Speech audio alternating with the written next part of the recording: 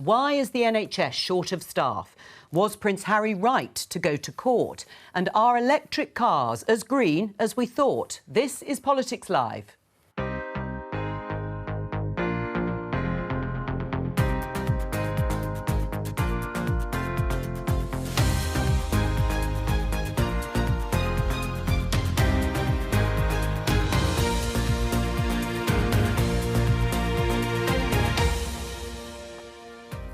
Joining me today, Conservative MP Jackie Doyle-Price, Labour MP Sam Tarry, Kezia Dugdale from the John Smith Centre at the University of Glasgow, and Reform UK's candidate for London Mayor and Fair Fuel campaigner Howard Cox. Today, cancer doctors say staff shortages across the UK are putting patients at risk. They're telling us that we just don't have enough doctors at any point of the pathway. So can the Health Secretary get the NHS back to full strength? There has been a significant increase in demand, and that's why we're investing more. Rowan Atkinson says he feels duped into buying an electric car. We'll find out why. And Prince Harry says he went to court for Meghan. Is he right to take on the tabloids?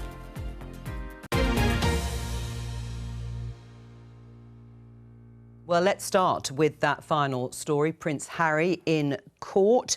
You can see here the headline, Emotional Duke says he went to court for Meghan, giving evidence at the High Court. He said during his, emotional final day of evidence yesterday that he hoped the High Court case would stop the abuse, intrusion and hate towards him and his wife. Starting with you, Jackie, has the Duke of Sussex done the right thing in taking this case to court, saying what he did against the publisher of the Daily Mirror? Well, that's a matter for him, actually. I mean, and clearly he, from the statement he's made, he feels very strongly about that and he's entitled to defend himself and his family. To be honest, for me, I always took a self-denying ordinance not to talk about Prince Harry once he left royal life, and I find the soap opera around him and his wife very, very time-consuming, really, and not something I really want to get engaged in.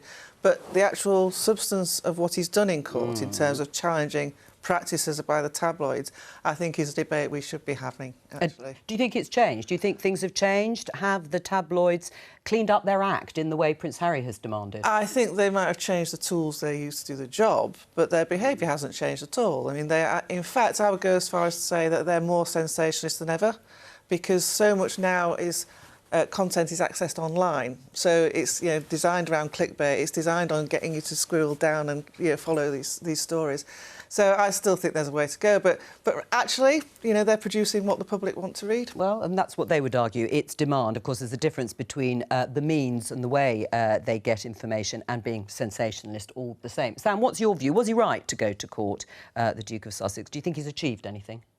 I think that probably remains to be seen what he's achieved, but in terms of taking a stand against what are, in my view, as an elected politician, a completely pernicious and toxic influence on political discourse, the way that tabloid newspapers, not only do, as Jackie's rightly described, go for kind of clickbait, often targeting women MPs, for example, have been, some horrendous targets, but also the way that they divide and demonise whole sections of society on a regular basis, I think is just awful. And actually, it's not about saying that this is what consumers want. They are producing a project which has quite a political agenda, and I think it's very divisive. But on both sides, wouldn't you argue? It's a political agenda, whether you take one from the right or one from the left, and it is what consumers buy. But the impact, is toxic on political culture, debate in this country. It pushes people against each other, and I think that for me is something I want to see less of, not more of. Well, on the basis of that, Kezia, it sounds like he hasn't quite achieved or exposed what he hoped to, and obviously it's been covered extensively, certainly since he's given evidence, even if not in the run-up for reasons that we can assume. Was he right, though, to go and make the statements he did about the press and the government? I think so, yes. I think he was right to do it. He has a right as an individual to do it. He has the means, and I think therefore a duty to take on what he said before, which is to reform the tabloid press. So I commend him for that. And I think he's doing the public a service as well, because the levels of trust in the media are falling at fairly spectacular levels. I mean, Reuters are showing since 2015 there's been a significant drop in trust in the tabloid press and in the media more generally. I think that's something we should all be concerned by. Right. Critics would say, of course, that they've done their fair share, Harry and Meghan, to court the press, as have other members of the royal family. And in that sense, that's the quid pro quo. Well, sure, that's the deal. But what we're talking about here are the practices that are put to generate the stories that we all read and buy. And this is ultimately a story about phone hacking and whether that took place. We thought we'd resolved that 15 years ago, but we know that, you know, year in, year out, there are still many claims against the tabloid press that are settled out with of court. And Harry's taken a very prominent one right into the forefront of public discourse, and I commend him for that. Howard? Well, I'm sympathetic with some of the comments that have been said here, but he's made his bed and he's lying in it. In other words, when he needs the media, he uses them, and he's rolling in money, his Netflix deals and all those sorts of things. I just think he's gone a bit too far by criticising the government, becoming political. Right, well, when he said it had reached rock bottom, exactly. He was talking mainly about the press, but he talked about the government too. Yes, what did you think of that remark? I mean, as I say, he's talking broadly about the political culture of which the government's a player. And, you know, ultimately, we do need to show some leadership. And I have some sympathy with what Sam says. But, you know, sometimes we play those toxic political games. I make a point of not doing, actually. I play by the principle, play the ball, not the man. And I think we could all benefit a lot more from that. And government does need to show some leadership and give instructions to media about what's acceptable and what isn't. Oh, well, but that might be seen as trying to interfere with the freedom of the press. I don't know. I think asking the press to be responsible is not interfering with freedom of speech. Do you agree with that, Sam? Look, what I would like to see is a serious conversation amongst politicians of all, you know, parties about the kind of discourse we have, but also what's acceptable in terms of things like fake news. I mean, you know, we used to have a culture of proper investigative journalists in this country, and it just seems to be dying a death, and that is not a good thing. The Fifth Estate is part of a healthy democracy, and that is something where, you know, whether it's anonymous briefings, whether it's, you know, things that are just simply untrue being repeated in verbatim, even in mainstream newspapers like the Times and so forth, you know, this is a step backwards for democracy itself. We need proper, thorough, investigative journalists. You know, I joined a few journalists yesterday about local cutbacks in the BBC. You know, that's another problem because local democracy and local journalism are really important. All of these feed into distrust in politicians, distrust in the media, and I think if you only have to look across the Atlantic at how dangerous completely partisan media is. We're all in favour of more scrutiny of politicians, I can tell you that on this programme and across the BBC. Let's move on to this headline, BBC News. NHS struggling to provide safe cancer care, say senior doctors. They've been talking on the airwaves today. The Royal College of Radiologists is warning that all 4 UK nations are facing chronic staff shortages, with patients waiting too long for vital tests and treatments. Jackie, almost 1 in 10 posts in NHS England is vacant. Is that just a clear sign of government failure? No, I don't think it is. And we talk about the NHS as if it's one great monolith. It's not. It's, you know, the NHS is our system of paying for and delivering, you know, free care at the point you need it. Within that, it's a dynamic system, so there will always be vacancies. What I'm pleased about... Do you think 1 in 10 is acceptable, posts in NHS England being vacant? Do you think that's sustainable? Well, when you say 1 in 10 posts in NHS England, what does that mean? Because NHS England is the commissioning authority. It's not actually the frontline practice. All right, well, let me take one example. The UK has fewer doctors and nurses than many of its Western European counterparts. This is from official data from 2021. If you look at the OECD average of a whole range of comparable countries, we're at the bottom. Well, I mean, you could present figures in any which way. But, I mean, the truth of the matter is we often look at our health system, we define it by how much we spend and how much people work in it. We actually should be looking much more in terms of outcomes and outputs. That's what we should do. We know we're placing a lot of demand on the health service. We expect more from it all the time. I don't think I can switch on a news programme without hearing another negative story about the NHS, yet my constituents are broadly happy and broadly satisfied with the service they get. Really? I still think we have the best health service in the world, and I don't think it's a symptom of government failure at all. Are your constituents broadly happy with the service they get? They're absolutely hopping mad. I had a poor chap who was in our local hospital, had acute mental health crisis, 500 hours he spent on the ward, rather than actually, ironically, moving 200 metres down the road to actually the mental health hospital that was there. You know, people cannot get dental appointments, cannot get GP appointments for love nor money. I mean, the NHS is just not on its knees, it's on life support. That's how bad things are. I'm sorry, Jackie, it's unacceptable to say, after 13 years, that that scale of vacancies is OK. It is not OK. I'd rather government and, you know, all parties were honest and say, look, we've had a real debate. We are going to have to put more money into the NHS. Yes, we're going to have to train a hell of a lot more doctors and nurses. And why hasn't it happened? It's always demand for more money.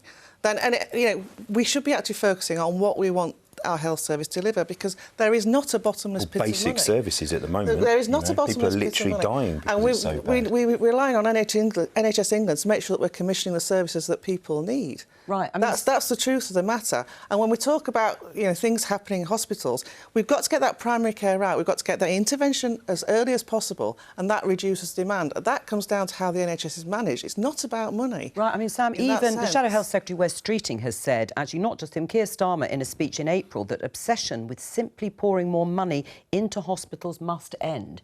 Is he right? He seems to agree with Jackie on reform.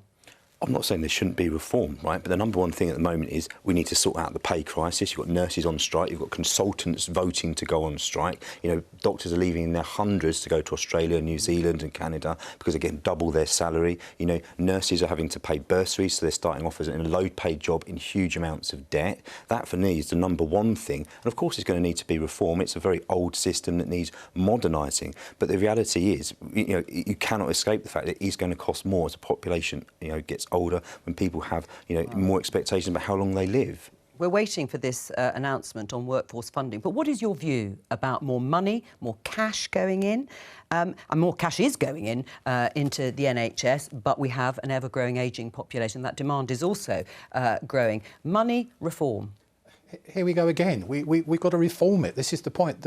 I don't know how many billions of pounds goes in per week, per day. The simple thing is it's not working. I agree with you, Sam, but I also agree with you that it's about management.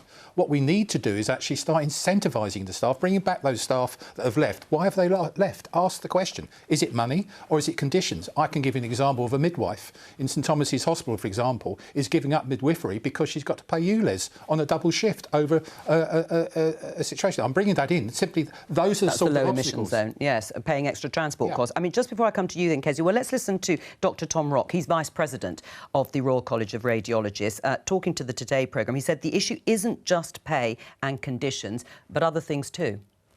We know that there are too many young doctors leaving the NHS. We know that senior doctors are retiring earlier than they were. And there are things we can do now to help that. Pay?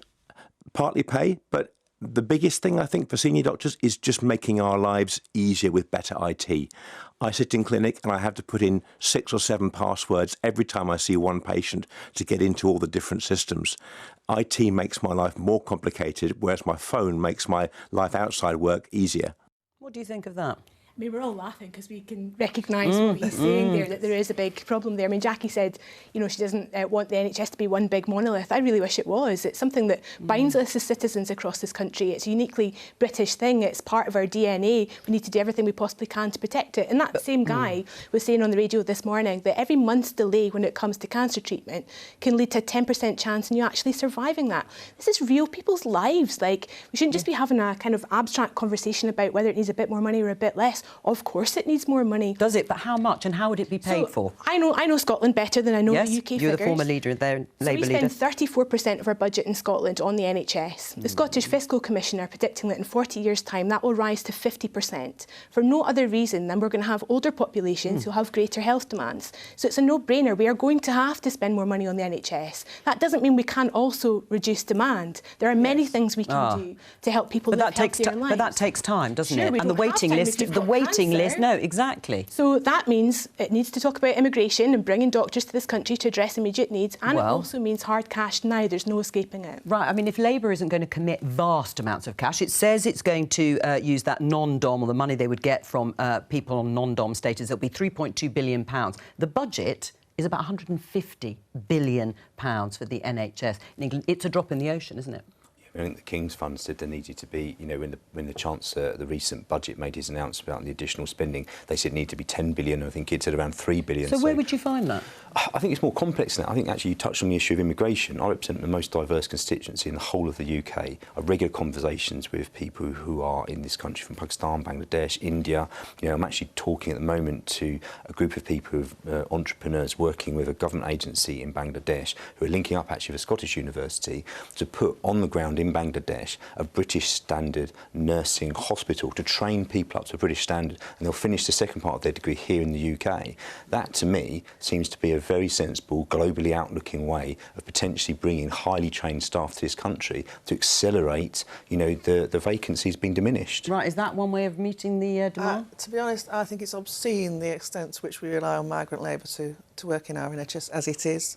And we're taking the most talented people from overseas when they need to be developing their own nations.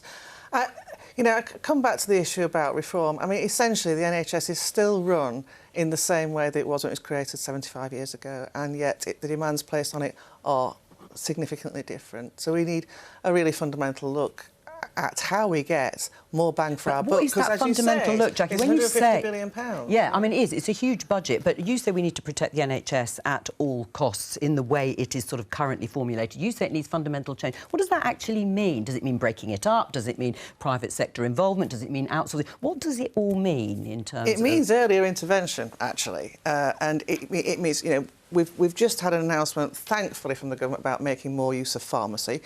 Sam's quite right when he draws attention to people finding it difficult to get GP appointments. There's actually far too much that relies on going through a GP when you've got so many more specialisms. There is much more we can do to triage people, to get them access to what they need earlier, and that will actually save and get more efficiency for that money. Jackie, the question I've got, right, we're 13 years in, right, why has this not been happening? We're actually 75 years into a developing NHS that demands has changed. Now, even to 10 years ago, there are reforms happening all the time. You speak to my local hospital, I looked at my local radiology department, the innovations in technology they have there. It's not as if everything's completely ossified. This is a lack of a serious government strategy. It's still based on a contradictory policy on migration that just clearly isn't working, and it isn't being honest with people in this country. Why not talk about some things that Andy Burnham's done, where he's trying to bring together health and social care? I think actually today the Fabian Society has published a very interesting report, and it's not Labour policy yet, it might be, where they're actually talking about integrating these two things.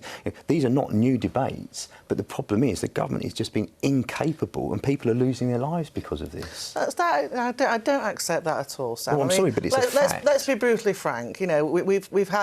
We effectively had to close down our NHS to protect it during the pandemic, and of course that leads to pent-up demand. Were way before it leads to pent-up demand, but what we actually need is to reform to get the most value out of our system. All right, well, let's stick on that. And also, I'm going to show you just briefly this headline: BBC New Ghana patients in danger as nurses head for NHS in UK. You want to see higher levels of collaboration. Jackie doesn't think we should be training people here. Where are you on? Well, this is hardly ideal, is it? But the reality is we do need doctors in this country, and there are doctors prepared to come and work here under the right circumstances. The way to resolve this being a long-term problem is to invest now in places for people to study medicine here. But 2 quick points around demand. Let's not pretend that money in the NHS just stays in the NHS.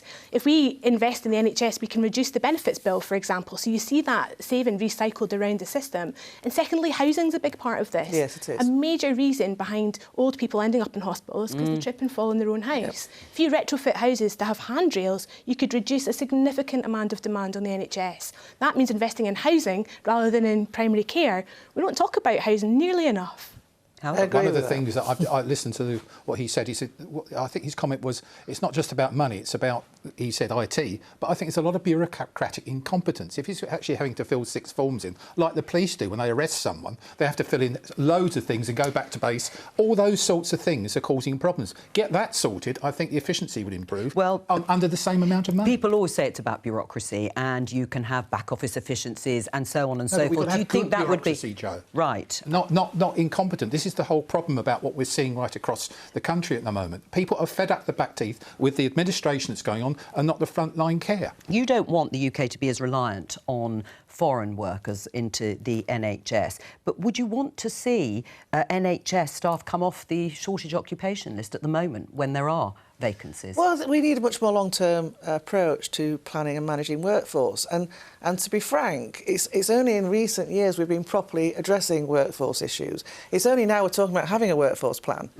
despite the fact Are you frustrated it hasn't actually turned up yet, this workforce plan? Well, I'm glad it's finally happening at all, because we've always been so obsessed with money. But, you know, we've got to look at where the, you know, representative institutions have a role to play here. You know, the Royal Colleges, they all influence the number of people that get trained, and they also need to be part of this challenge. And does the money, any extra funding, have to be new money that comes for this workforce plan, not taken from existing NHS budgets? As I say, I still think we can get a lot more efficiency from the amount of money that we spend.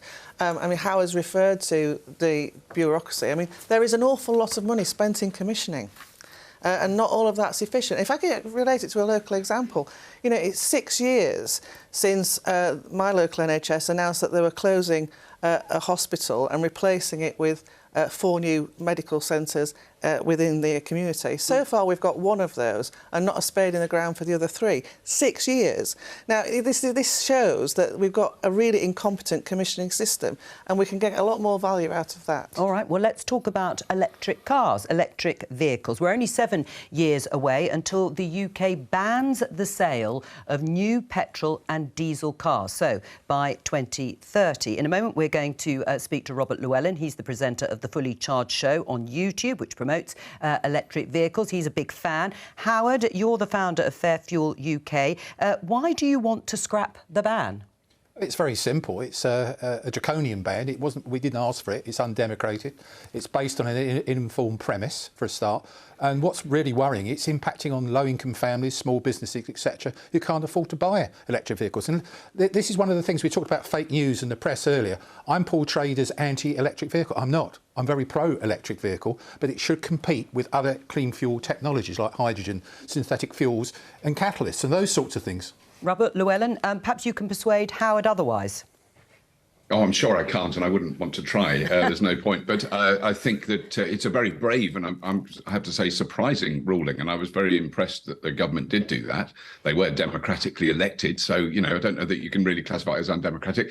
They are in a position of enormous power at the moment. So they have chosen to do that. And I think what it does is what the easy scaremongering is to say, oh, in 2030, you'll literally not be allowed to drive your combustion car. You'll be banned and arrested and forced into a camp or some ridiculous stuff like that. There will be combustion cars for the next 25 years on the roads because people will buy them now. They're buying them by the ton still at the moment, huge, big SUVs and ridiculously inefficient cars. So what it means is you can't buy new ones. You can still use your combustion cars. So they're still going to be going. And what we're seeing now, which I'm predicting, just wait a minute, please, Howard. I didn't interrupt you. What we're seeing at the moment is... I'm sorry. Yeah, you can interrupt me. All right, go on, Howard. Robert, I'm not trying to interrupt you. I actually, and listen to what I just said, I believe in EVs, I believe in hybrids. Yeah. But why are we not having 4 or 5? The only reason are different clean fuel technologies.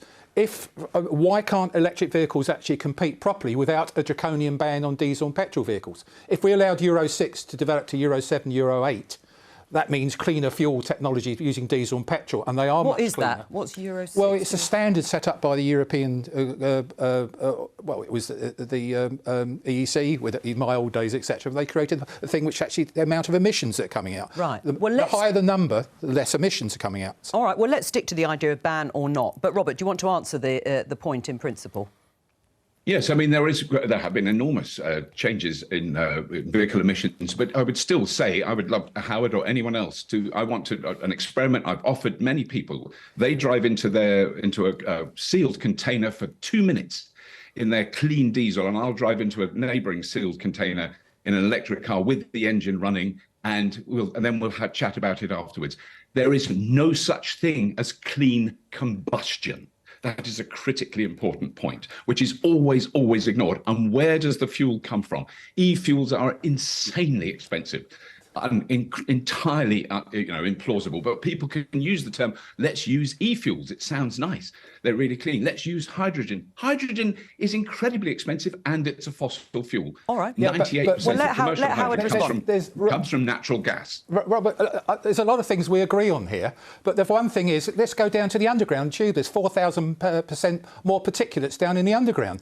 And we're not seeing anyone doing anything about that and cleaning that sort of thing up. Look, we're seeing a ULEZ expansion process, a public consultation last year into expanding it into Greater London. I'm sorry that this is a national audience, but that's going through. And even TfL, Transport for London, have said that there will be no demonstrable difference to the air quality we breathe by introducing a cash-grabbing tax on hard-pressed motorists, low-income families and small businesses. That's the thing I'm talking about. Can we work to get cleaner fuel technology without these bans? Right, before Robert answers, I'm going to bring in the other guest, because Jackie, you actually have an electric car. Are you a fan or not? No, not at all. Why? I have not regretted a car purchase more than my electric car.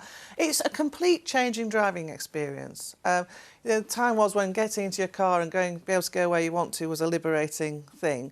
I mean, I have the other month I did a round trip to Dover and back to my house in Grays, which was 120 miles, and I had to stop and charge the car midway through to actually be able to get home.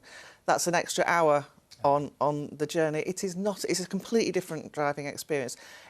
EVs are great for being a little run around, but if you're going any distance, you actually still need a different alternative.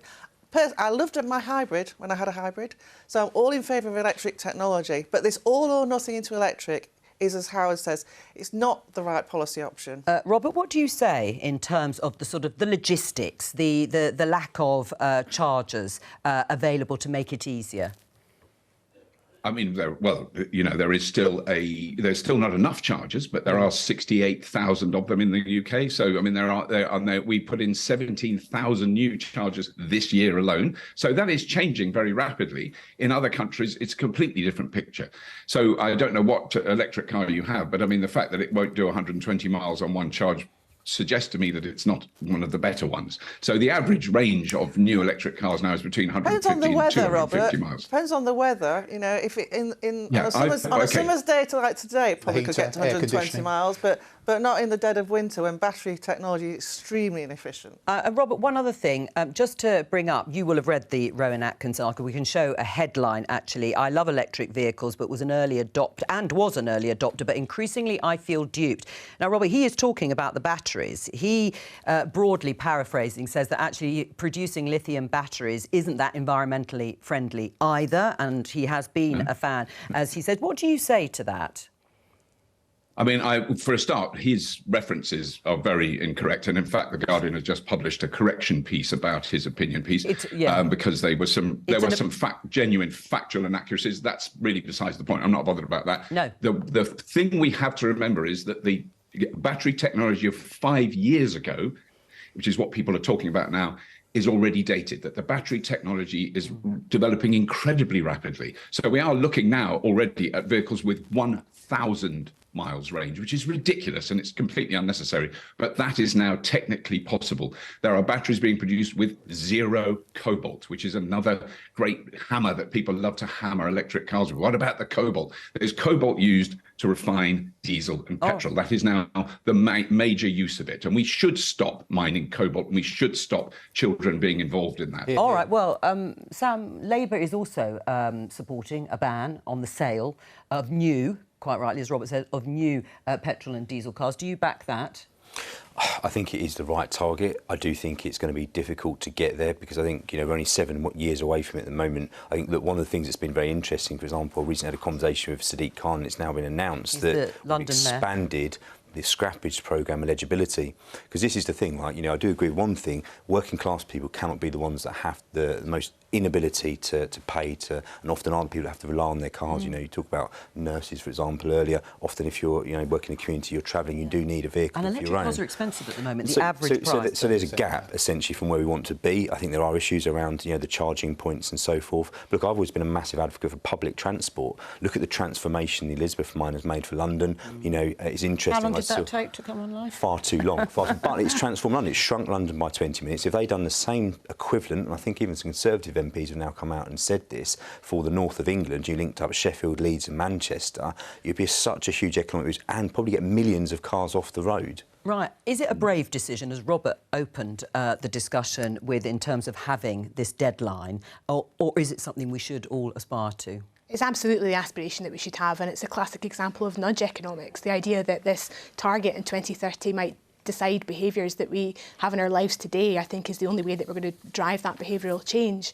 So I support the 2030 ban, but at the same time I agree with Sam, the ownership of an electric car right now is a middle-class pursuit. It's one that's happening in our household right now. We're thinking about renewing the car next year. You've got to remember, well, Scotland doesn't have the public infrastructure in transport terms that London does. I can't get to my mum's and back in an electric car right now without stopping and charging it. But with a bit of technological advance and the investment that we need to hit that 2030 target, that will be the reality in a few years' time. So are you going to do it or not? Are you going to make it the next one? I need to ask my wife. I don't have the authority to make these decisions in live. It's above your pay grade. Just briefly, there's an elephant in the room. We did, Fairfield UK actually commissioned a report with the Alliance of British Drivers and the Motorcycle Action Group, so right spread of the drivers across the road users, to actually the impact of the 2030 ban on the economy. And we're looking at something like the benefits. This is the CEBR did it, the Centre for Economic Business Research, totally independent. And they showed that the benefits the cost is 5 times any alleged benefits in terms of the green economy. Something like £1,000 per household will be paid to 2050 for us moving to the 2030 ban. What about the cost of not reacting to the climate crisis that we're faced with? The fact that fossil fuels are going to be... Well, we disagree. I don't believe there's I'm a climate change realist. That's what I am. A sceptic. Yeah, I'm a sceptic. I want to see the evidence. I see science on both sides, and I'm afraid I don't believe there's a crisis. I believe we've got to do something. Well, the evidence is fossil fuels running out. Sorry? You must accept that fossil fuels are running out and they're increasingly expensive to extract. Not for 100 years. Well, we can argue about that, but the science is against you on that particular point, Howard. Robert, to come back to you, do you think the government will stick with this? I'm going to ask Jackie if they should, but do you think the government will stick with this? I mean, I'm not convinced that they will, simply because the lobbying force and the money and the leverage that the automotive industry, in part, and mainly the fossil fuel industry have is enormous. They will fight it tooth and nail. I don't blame them. You know, it's their business is to make trillions and trillions of dollars profit every year, which they do. And that's a very important thing, which I know won't have been taken into account in the research that Howard just referred to, is how much money leaves our economy every day to pay for fossil fuel, how much electricity is used every day to refine fossil fuel. It's about the same amount as Leicester and Coventry combined every day. That's how much electricity nothing else, just electricity. The fifth largest, so we live in a very fossil fuel based economy. We've benefited from fossil fuel. There's no question. It's changed our world, and in many ways for the better. But it is time that we move on. And there are hundreds of people, very well-funded people, who will fight to the death to stop any change because it makes sense for them economically. I completely understand it. Do you think it'll be dropped? I think it'll be pushed back. Sorry, and yes, Jackie. I think the ideal thing would be to amend the policy, actually, to diversify it so it's not just electric. Surely the thing to do would be actually to step up the scale of ambition of the government on tackling climate change. I don't want to be looking at my kid and saying, I'm really sorry, you're going to die of climate change, not old age. But that is the reality we're facing now. But that drop the ban is what you're saying? Well, I mean, I think we should still be investing in hybrids because I think... Sure, but drop the ban of the sale of new petrol and diesel cars by 2030. Hybrids are themselves petrol and diesel with obviously an electric component. So, you know, we have to obviously encourage better behaviour and tackle climate, but this is actually a very blunt tool which won't be effective and frankly will fuel a second-hand market, a very profitable second-hand market in combustion. And the fifth largest income to the Treasury comes from drivers. Robert Llewellyn, thank you very much for joining us. Here's a cheerful question for the end of the show.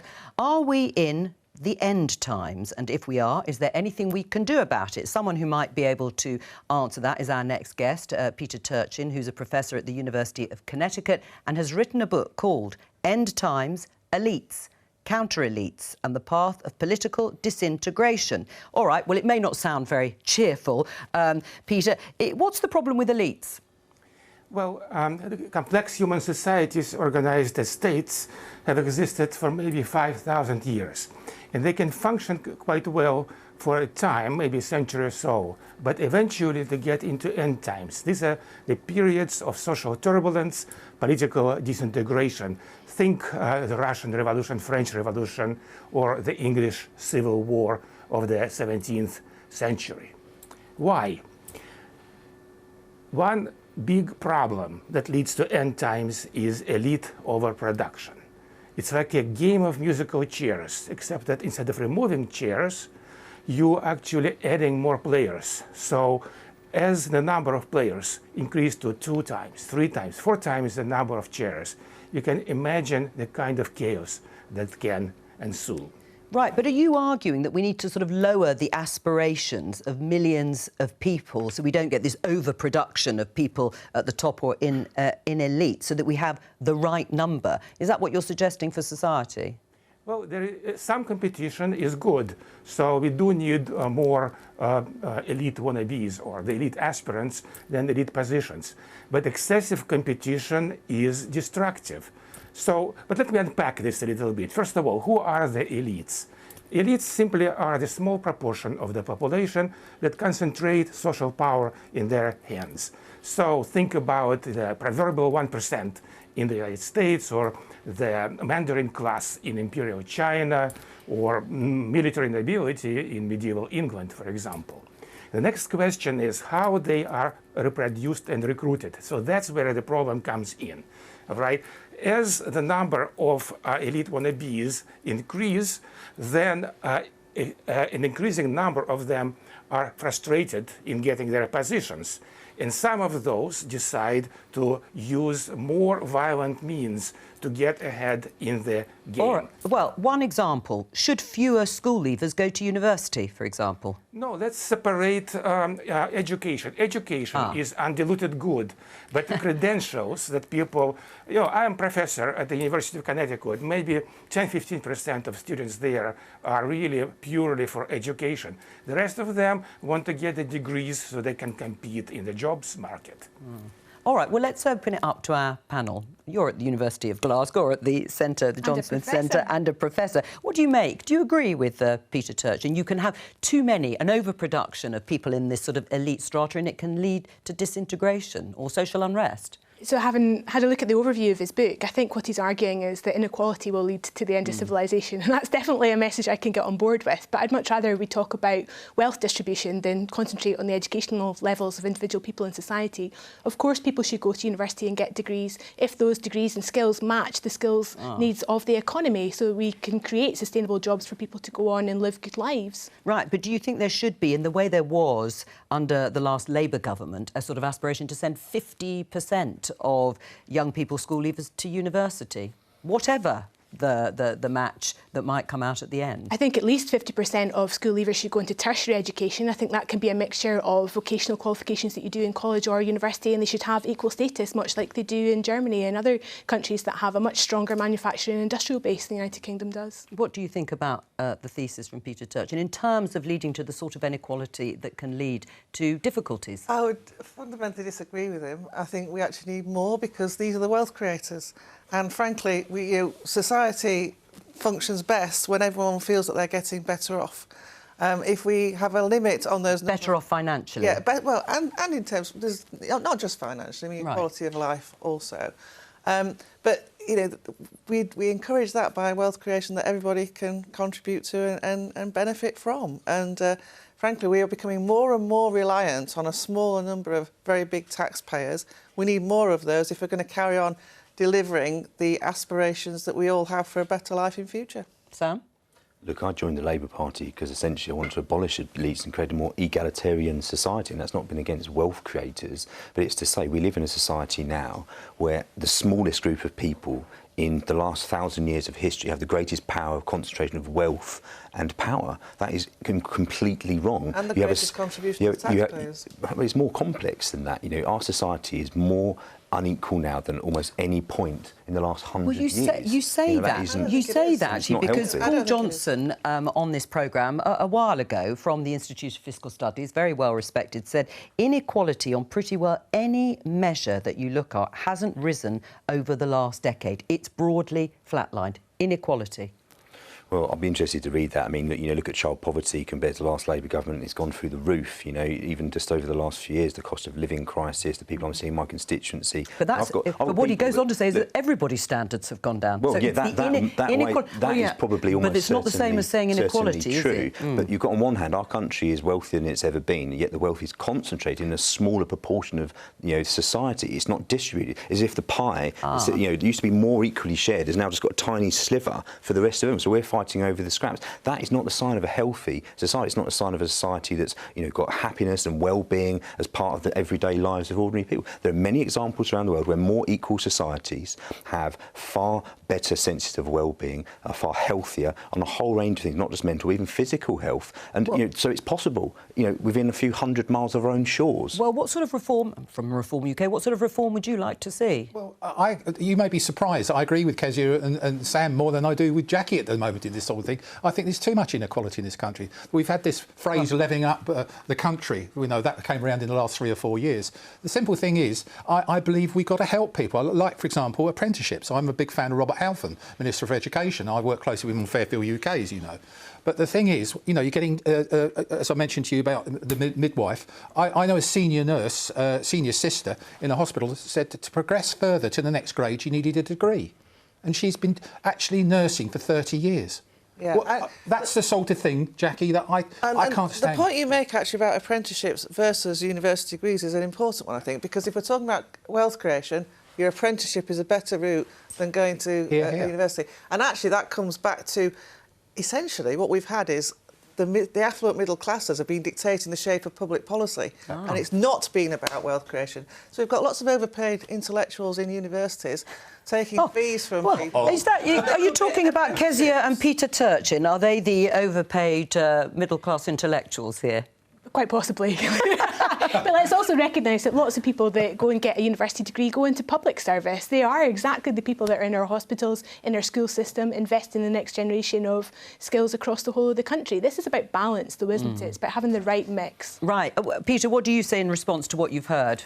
Well, you've been talking about overproduction of youth with advanced degrees, but in my book, I actually talk more about the overproduction of wealthy people. In the United States, since the late 1970s, worker wages have stagnated. But as a result, all that extra wealth that was generated by the society went to the wealthy. The number of decamillionaires, people with $10 billion worth of fortunes, have increased tenfold over the past 40 years.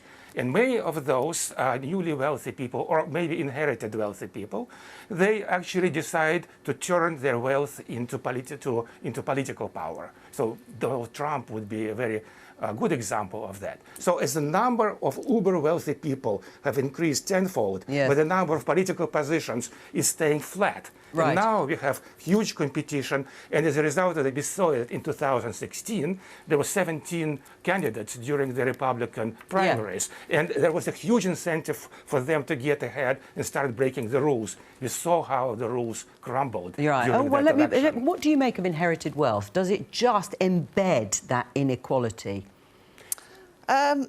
Yeah, this is where I sort of slightly part company with some members of my party. We're having a very active debate about inheritance tax at the moment. Yes, of course, if we...